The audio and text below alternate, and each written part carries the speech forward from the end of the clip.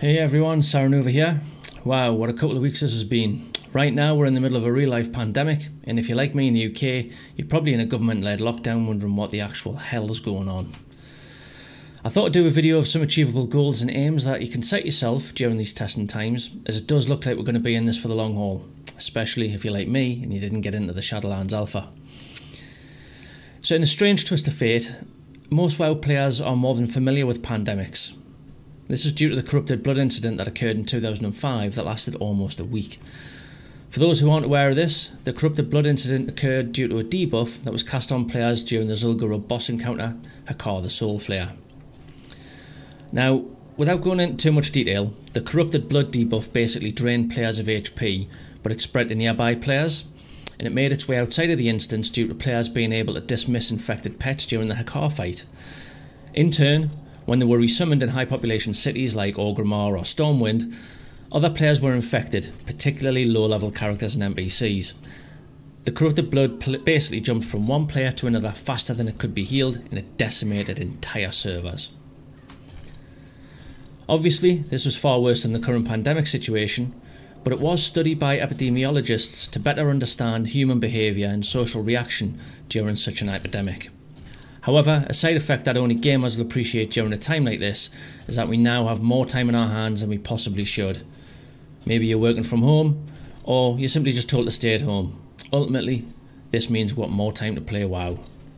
So, without further ado, I thought I'd highlight 4 things that you could do during a quarantine lockdown in World of Warcraft. You can farm the mounts in 8.3.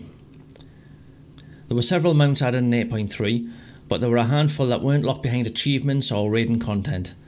There's several that dropped from mobs during assaults, such as the Veil of Eternal Blossoms during the Mogu assaults. You can get Ren's Stalwart Hound, which drops from Houndlord Ren. You can get Xin Lao, which drops from Andy the Loyal. Clutch of Hyli, which drops from Hyli. Rajani War Serpent, which drops from Raylun. Similarly in Uldum during the assaults, you can get the Malevolent Drone, which drops from Corpse Eater during the Kia Unearthed assault. Waste Marauder, which drops from Rot Feaster during the Amethet Advanced assault. And Drake of the Four Winds, which drops from Ishak of the Four Winds.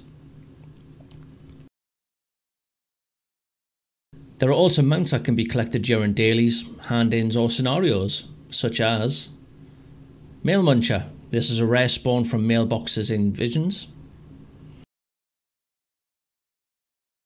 You can get Molly, which drops from Dune Gorger Crowlock, which is the Vol'dun world boss.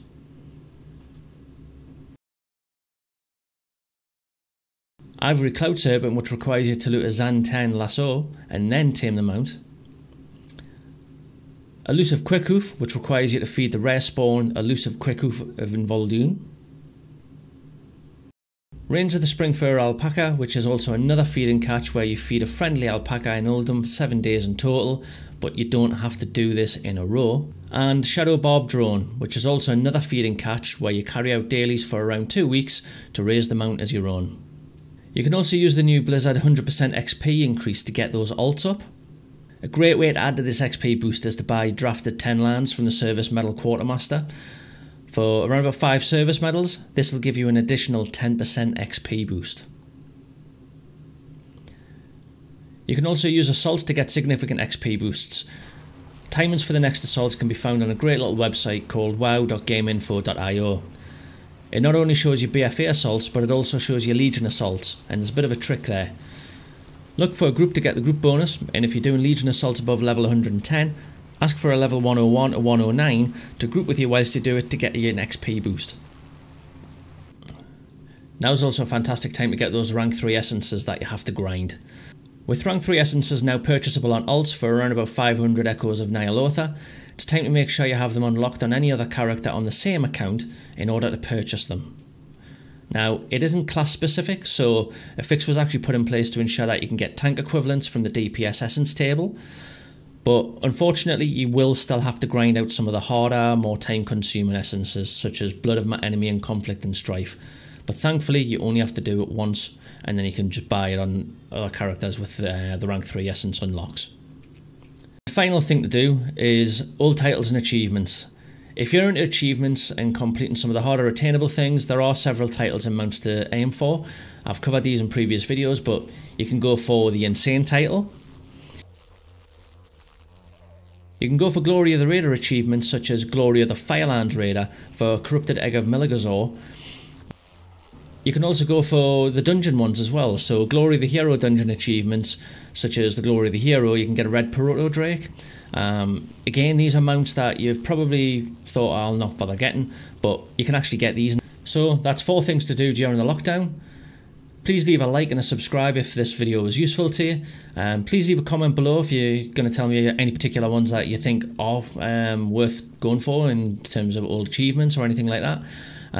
If you like my new setup, give me a shout as well. I'm pretty much active on Twitter and Facebook. But yeah, stay safe and hopefully we'll get through this together. Cheers now. Bye.